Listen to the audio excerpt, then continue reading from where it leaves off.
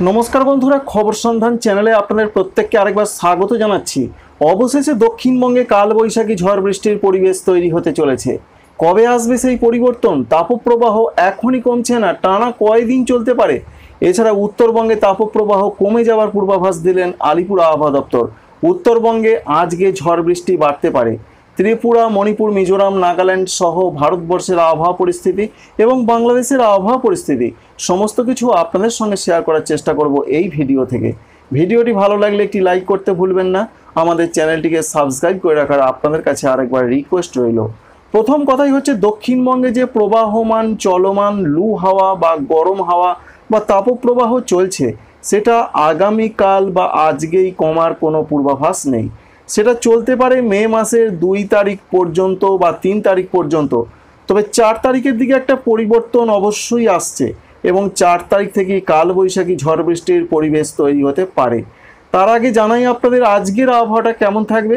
আজকে দক্ষিণবঙ্গের জেলায় জেলায় গড় তাপমাত্রা থাকতে পারে সর্বোচ্চটা 43 থেকে 46 ডিগ্রি সেন্টিগ্রেডের মধ্যে। এর মধ্যে যেটা লক্ষ্য করতে পারা যাচ্ছে, ওয়েদার অফিস জানাচ্ছেন 7টি জেলাতে আজকেও রয়েছে লাল সতর্কবার্তা। অর্থাৎ অনেক জায়গাতে প্রচণ্ডভাবে গরম হাওয়া বা গরম প্রচণ্ড বাড়তে পারে, সঙ্গে আর্দ্রতাজনিত অস্বস্তি বাড়বে। সেই জেলাগুলোর নাম রয়েছে পূর্ব মেদিনীপুর, পশ্চিম মেদিনীপুর, ঝাড়গ্রাম, বাঁকুড়া, এছাড়া পশ্চিম বর্ধমান, পূর্ব বর্ধমান এবং বীরভূম জেলা। এই জেলা 7টাকে বাদ দিয়ে বাকি যে এখনও দক্ষিণবঙ্গের জেলা রয়েছে, 8টি জেলা রয়েছে, সেই জেলাগুলো যেমন রয়েছে, প্রধানত রয়েছে 24 পরগনা, এছাড়া নদিয়া, মুর্শিদাবাদ, কলকাতা, হাওড়া, হুগলি সহ পুরুলিয়া রয়েছে। এই সমস্ত জেলাগুলোর দিকে রয়েছে অরেঞ্জ অ্যালার্ট। এর অর্থ হচ্ছে প্রচণ্ড তাপপ্রবাহ চলবে, তবে কিছু কিছু জায়গায়, অনেক জায়গাতে কিন্তু নয়। সুতরাং সারা দক্ষিণবঙ্গ জুড়ে তাপপ্রবাহ অব্যাহত থাকবে আজকে। এই তাপপ্রবাহ চলতে পারে, যেটা আবহাওয়া দপ্তর জানাচ্ছেন, প্রধানত 1 মে তারিখ পর্যন্ত। 2 মে তারিখের আপডেট এখনও আসে নেই, তবে আমরা যেটা দেখতে পাচ্ছি 4 মে তারিখ থেকে তাপপ্রবাহের আর সম্ভাবনা না থাকারই প্রবল সম্ভাবনা রয়েছে দক্ষিণবঙ্গের জেলায় জেলায়। এবং নতুন করে আবারও বৃষ্টির পরিবেশ তৈরি হবে। তাই চাষি বন্ধুরা জেনে রাখুন কবে আসবে ঝড় বৃষ্টি। আপাতত আবহাওয়া দপ্তরের কোনো পূর্বাভাস নেই কবে ঝড় বৃষ্টি আসবে, কারণ তারা মে মাসের 1 তারিখ পর্যন্ত যে পূর্বাভাস এখনও পর্যন্ত প্রকাশ করেছেন, তাতে মে মাসের 1 তারিখ পর্যন্ত দক্ষিণবঙ্গের কোনো জেলাতেই সেইভাবে বৃষ্টির সম্ভাবনা নেই। যদিও আজকে দক্ষিণ 24 পরগনা, পূর্ব মেদিনীপুরে একটু মেঘলা আকাশ, বিদ্যুতের ঝলকানি, 2-1 পশলা বৃষ্টি হতে পারে, তবে সেটা একদমই নগণ্য, গুরুত্বপূর্ণ একদমই নয়। তাই মে মাসের 1 তারিখ পর্যন্ত চাষি বন্ধুরা জেনে রাখুন দক্ষিণবঙ্গে কোনো রকম বৃষ্টি হচ্ছে না, কোনো জেলাতে হচ্ছে না। এই সময়ের মধ্যে কাজটাকে যতটা তাড়াতাড়ি গোছানোর চেষ্টা করুন, কারণ মে মাসের 4 তারিখ থেকে আস্তে আস্তে বৃষ্টির পরিবেশ তৈরি হবে দক্ষিণবঙ্গে। এর মূল কারণ হচ্ছে উত্তর পশ্চিমের যে গরম হাওয়াটা আসছে, সেটা আস্তে আস্তে তার শক্তি হারাবে। অন্যদিকে সাগর থেকে জলীয় বাষ্প ঢোকার পথ সুগম হতে চলেছে মে মাসের 1 বা 2 তারিখ থেকে। তাই একদিকে গরম হাওয়ার প্রবাহ কমবে, অন্যদিকে সাগর থেকে জলীয় বাষ্পপূর্ণ হাওয়া দক্ষিণবঙ্গে ঢুকবে। আর এর জন্যই মূলত বৃষ্টির পরিবেশটা তৈরি হবে মে মাসের প্রথম সপ্তাহে। তাই 4 তারিখ, 5 তারিখ, 6 তারিখের দিকে হালকা হালকা কোনো কোনো জায়গায় ঝড় বৃষ্টি হতে পারে দক্ষিণবঙ্গে, যেটা কিন্তু কৃষির পক্ষে খুব একটা ভালো নয়, সাধারণ মানুষের পক্ষে অবশ্যই ভালো। এখনও অনেক দিন সময় রয়েছে, তাই যতটা সম্ভব কাজগুলো গোছানোর চেষ্টা করুন। মে মাসের 4 তারিখ থেকে পরিবর্তন, সেই পরিবর্তন তাপপ্রবাহ কমার পরিবর্তন, বৃষ্টি বা স্বস্তির বৃষ্টি আসার পরিবর্তন। সুতরাং দক্ষিণবঙ্গে কেমন আবহাওয়া থাকবে অবশ্যই আপনাদের সমস্ত কিছু বোঝাতে পেরেছি।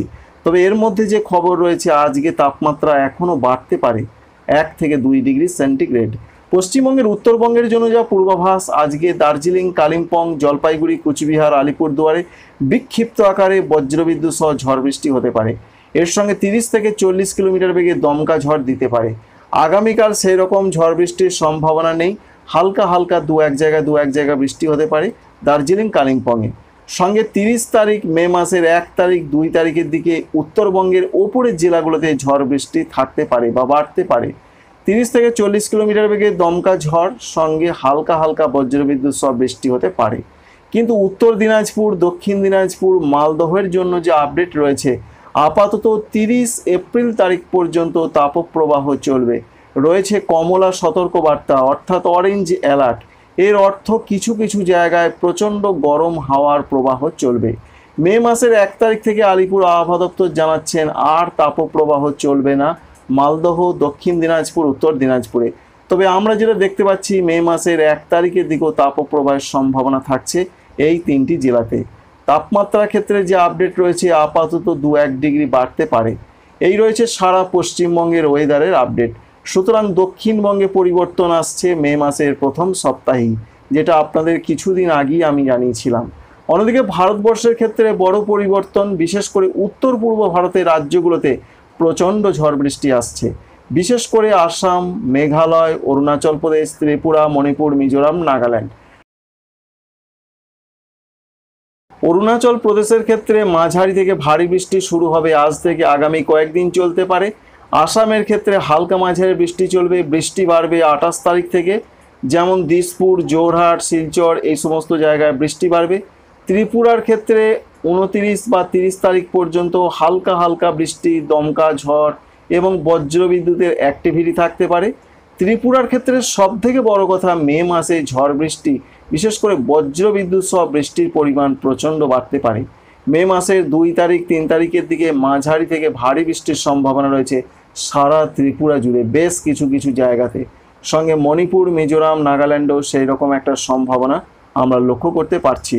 সুতরাং উত্তর পূর্ব ভারতের রাজ্যগুলোতে এপ্রিল মাসের শেষ থেকে অর্থাৎ 29-30 তারিখ থেকে একটা ব্যাপক পরিবর্তন আসছে। সেটা মে মাসের প্রথম সপ্তাহ পর্যন্ত ঝড় বৃষ্টি বাড়বে।